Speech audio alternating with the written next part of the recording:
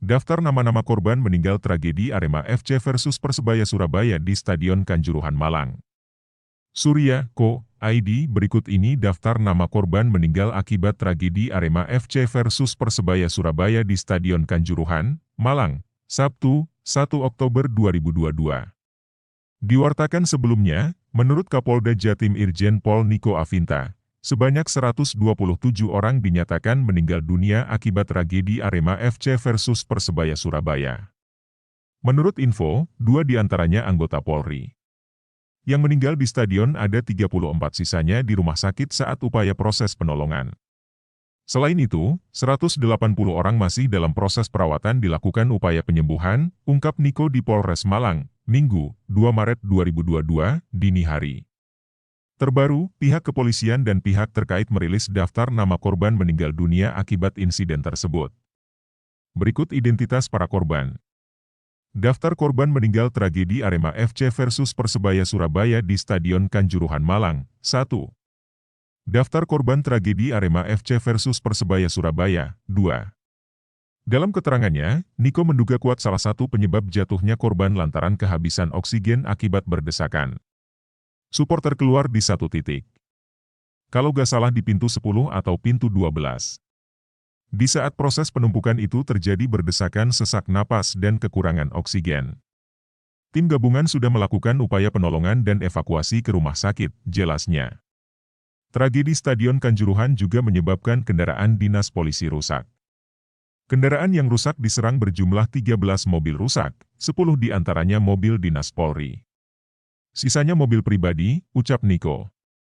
Lebih lanjut, Niko juga meyakini tindakan yang dilakukan petugas termasuk penembakan gas air mata dilakukan karena adanya respon terhadap kelakuan supporter. Semua ini ada sebab akibatnya, kami akan menindaklanjuti dan sekali lagi kami mengucapkan bela sungkawa kita akan melakukan langkah-langkah agar tidak terjadi tragedi lagi, tutupnya. Pengakuan wartawan Surya Purwanto, wartawan Surya, Co. ID yang saat itu bertugas meliput derby Jatim di Stadion Kanjuruhan, Sabtu, 1 Oktober 2022, menceritakan detik-detik kerusuhan laga Arema FC versus Persebaya Surabaya. Purwanto mengatakan, situasi Stadion Kanjuruhan sudah memanas saat Persebaya Surabaya berhasil membobol gawang Arema FC selaku tuan rumah. Namun kondisi tersebut kembali tenang setelah babak pertama berakhir dengan skor imbang. Pertandingan sudah memanas sejak Arema mulai kalah di babak pertama. Saat itu supporter mulai cemas. Namun, pada babak pertama berakhir imbang. Di babak kedua, Aremania kembali cemas lantaran klub kebanggaan mereka tak bisa mengejar skor Persebaya Surabaya. Seusai peluit babak kedua dibunyikan, Arema pun harus berbesar hati mengakui kekalahan dengan skor 2-3. Pemain Arema FC, kata Purwanto, sempat meminta maaf kepada Aremania. Tak terima dengan kekalahan Arema FC, Aremania kemudian turun menuju ke area dalam stadion. Kejadian terpenting ada di akhir babak kedua seusai Arema FC tidak bisa mengembalikan kedudukan setelah Persebaya Surabaya unggul 3 gol pada babak kedua. Saat itu, usai laga, para supporter mulai memanas. Pemain Arema FC mendatangi tribun untuk mengucapkan permintaan maafnya kepada supporter. Usai para pemain meminta maaf, tiba-tiba supporter di beberapa titik mulai memasuki area dalam stadion. Tak ingin kejadian kericuhan menjadi runyam, petugas pengamanan kemudian melakukan upaya-upaya pencegahan dan pengalihan supaya mereka tidak masuk ke lapangan. Salah satunya dengan menembakkan gas air mata. Hal itu, kata Purwanto, yang menyebabkan para supporter berusaha keluar stadion untuk menyelamatkan diri. Penumpukan supporter kemudian memicu berdesakan hingga membuat tragedi maut itu terjadi.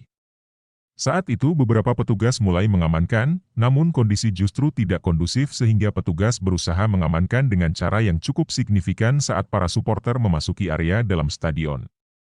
Di situ terjadi kerusuhan. Usai laga, kerusuhan terjadi cukup lama. Petugas medis juga terbatas sehingga beberapa petugas kewalahan. Akhirnya para awak media juga menolong korban yang terkena gas air mata. Jadi pada saat kerusuhan, pihak kepolisian menembakkan gas air mata ke arah tribun penonton. Terjadi crowded karena penonton kaget dan panik. Mereka akhirnya memasuki area dalam Stadion Kanjuruhan. Mereka berdesakan untuk menyelamatkan diri keluar stadion. Itulah yang menyebabkan banyak korban berjatuhan. Mereka sesak nafas karena gas air mata, terus berjubel sehingga sebagian ada yang terinjak, terang Purwanto.